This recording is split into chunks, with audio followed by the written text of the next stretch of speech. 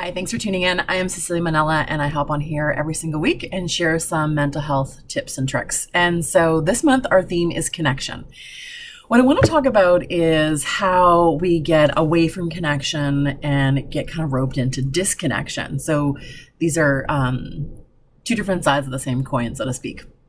Now, there's something that we do in relationships that take us away from connection. So connection requires vulnerability. There's really no way around it.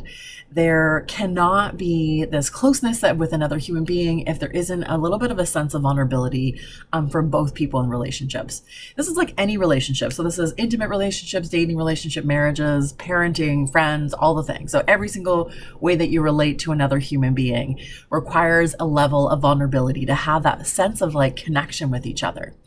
Now, we do a lot of things to protect ourselves in all types of relationships. So we are hurt avoidant. We're trying to avoid being hurt in some sort of way, protect our hearts and our minds from these things, or we've had betrayals in the past. So we engage in relationships with this anticipation of hurt and disappointment, which is, just a human thing, and that's totally fine. However, if you want more connection in your life and you want relationships to be richer and to have more love and connection in it, then we need to kind of face some vulnerability. So what is it that you do that moves you away from vulnerability? What I do notice about relationships that we typically all engage in a way to take away from vulnerability and a way to gain power. Because when we feel exposed or feel helpless or powerless, we do things that we want to gain some power back from. So what we do is, I notice we do two things: anger and avoidance. So these two things are about gaining power and when you're feeling a little bit more exposed or powerless or helpless, or as a way to mitigate vulnerability and to step out of it. So let me explain this. So anger is really big. It's loud, it takes up a lot of space, it feels really powerful in our bodies when we feel anger. Some people feel it in the chest or the stomach or in their head, but there is this radiating energy that comes with anger. Anger is an emotion that takes up a lot of space for all of us. Now, it's meant to do that because anger is a protective emotion. It's just that simple. It's meant to take up a lot of space because it shows up in a time when we're feeling a threat, or we're feeling unsafe, or we're feeling helpless and powerless in a situation. So anger is showing up for those reasons. Now, it's the right reasons for it to be showing up because that's what it's supposed to do. It's supposed to show up, take up a lot of space, push the threat away in order for us to keep ourselves super, super safe. Now, although that's really great, it's actually not that good in all relationships, because what that does is it creates a disconnection from the person that you are in relationship with.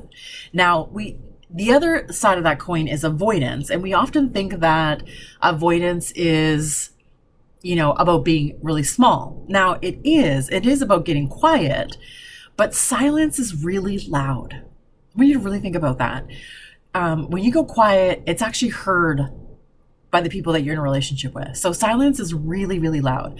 And often when we are in avoidance of something, it is a way to regain some power. It is a way to kind of change the circumstance that we're in. If someone is trying to engage with us and I go to a place of avoidance, I'm holding a lot of power because I'm refusing to engage in conversation. I'm refusing to have communication. And there's a lot of power that comes with that space. So unlike anger that takes up a lot of space, avoidance is about shrinking, but also gaining power in a very different way. Now, neither one of these are good nor bad. It's just kind of how we react in relationships when we are feeling a little bit threatened or we're not really sure how to communicate or how to have connection. And anger and avoidance is a way to disconnect. So imagine it's like unplugging from the relationship when you do that. Now, both of them are about trying to regain some semblance of safety, some semblance of power and control, but not in a really like kind of creepy way of power control, but just like some control of your life and some power in the relationship. Now, connection is about having vulnerability, and disconnection is anger and avoidance.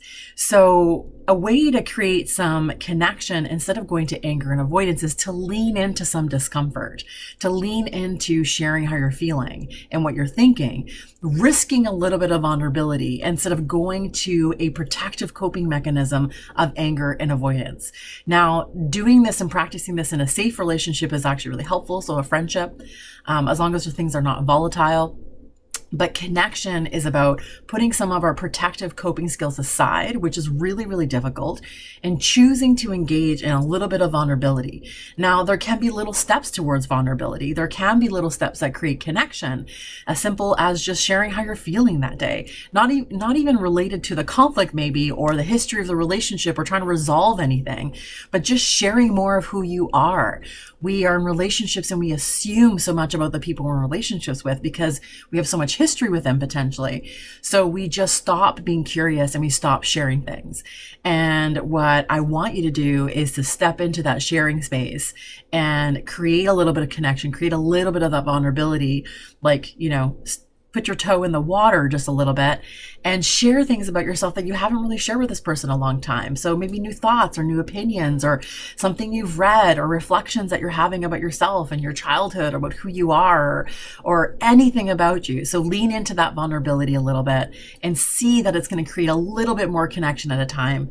We can't pendulum swing from complete disconnection to connection. We have to make like these little tiny baby steps along the way that create some safety that will then stop us from trying to go back to our safety coping mechanisms of anger or avoidance. So I wish you well and fun in sharing a little bit of vulnerability in relationships in your life.